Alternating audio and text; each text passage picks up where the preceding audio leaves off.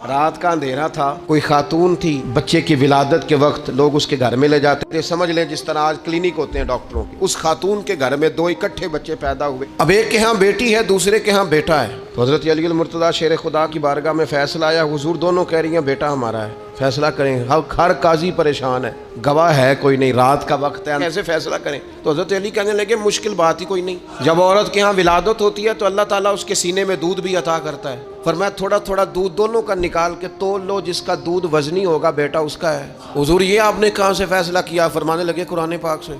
कहा वो किस तरह? फरमाने लगे अल्लाह ने कुरान में बेटे का हिस्सा ही डबल रखा है। फरमाया लिहाजा जब बेटा पैदा होता है तो औरत के दूध में ताकत भी डबल होती है, लिहाजा जाके तोल लो। लोगों ने वाकई तोला और आगे कहने लगे वो तो है ना कि 25% ज्यादा हो। हुजूर ऐसा नहीं हुआ, डबल ही ज्यादा है, आधा वजन ज्यादा है, ये देखा है हमने।